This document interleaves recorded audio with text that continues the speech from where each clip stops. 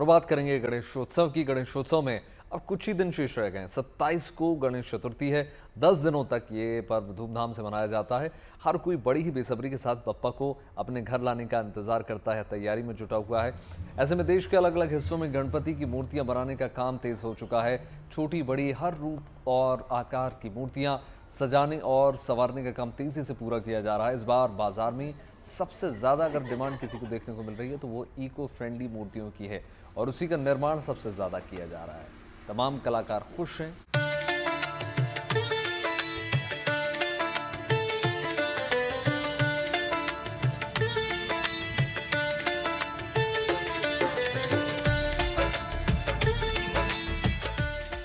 देश भर में गणेश चतुर्थी की तैयारियों के आकर्षक रंग दिख रहे हैं। बापा की मूर्तियों को आकार देने का काम तेजी से चल रहा है। छोटी बड़ी हर अंदाज, रूप और आकार की मूर्तियों को सजाने और संवारने का काम तेजी से पूरा किया जा रहा है। क्योंकि गणेश चतुर्थी का त्योहार अब नजदीक आ चुका है, जिसकी शुरुआत इस साल 27 अगस्त से हो रही है, लिहाजा कोई कमी न रहे, इसके लिए देश भर में मूर्तिकार गणेश प्रतिमाओं को बनाने में तेजी से जुटे हुए हैं।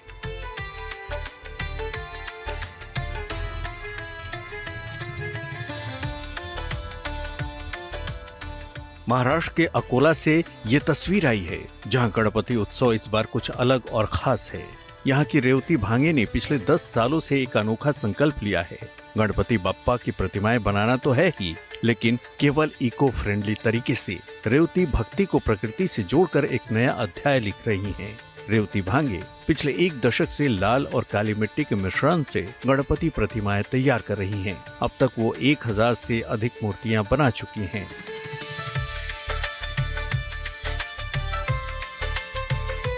गए मैं 9-10 साल से लाल मिट्टी के और शाडू माती के गणपति बप्पा अपने हाथ से बना रही हूँ। इसका मेरे पास कुछ भी साँचा वगैरह कुछ भी नहीं है। और ये जो लाल मिट्टी आप देख रहे हैं, यहाँ पर मिलती नहीं अकोला में, ये हम बाहर गांव से लाते हैं। हरदड़ी के खाम रहते हैं और तुलसी का पौधा वगैरह, उसके बीज हम सबको देते हैं। और इस साल तो हम 30,000 लिली के जो फूल आते हैं येलो कलर के, उसके भी बीज बांटने वाले हैं इस साल हम तो। रेवती भांगे घर में ही गमले में बप्पा का विसर्जन करती हैं और उसी मिट्टी में फूल पौधों के बीज बोकर हरियाली उगाती हैं, क्योंकि उनका मानना है कि परंपरा न सिर्फ पर्यावरण को बचाती है बल्कि नए जीवन का भी प्रतीक है। इस बार वो 30,000 से अधिक पौधों और फूलों के बीज गणपति प्रतिमाओं के साथ मुफ्त में बांट रही हैं।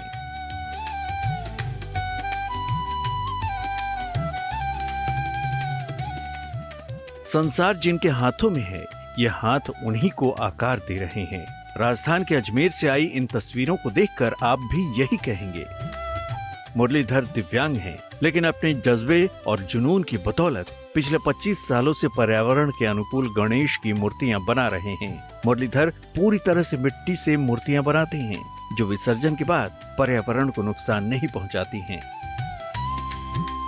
हर तरह की डिजाइन की बनाते हैं, सब डिजाइन है अपने पास। मिट्टी की बनाते हैं? खाली मिट्टी की बनाते हैं। क्या कारण है मिट्टी के बनाने के पीछे? मिट्टी के कारण ये है कि विसर्जन हो जाती है, बेकदरी होती नहीं है। और इनको अपने आंगन वांगन में कहीं भी विसर्जन कर लो, मिट्टी काम में ले लो और अपने गमले पेड़ पौधे उगा लो। ये तस्वीरें यूपी के नोएडा से आई हैं, जहां मूर्तिकार लोगों की जरूरत और चलन को ध्यान में रखते हुए अलग अलग आकार की मूर्तियों को बनाने में जुटे हैं। पेंट हमारा अच्छा रहता है। वो सर फूलों से बनता है, मतलब हर प्रकार से ही बनता है, पर उसमें कोई नुकसान नहीं करता सर। जौन सा जैसे मांगेगा उस टाइप से हम लोग देंगे।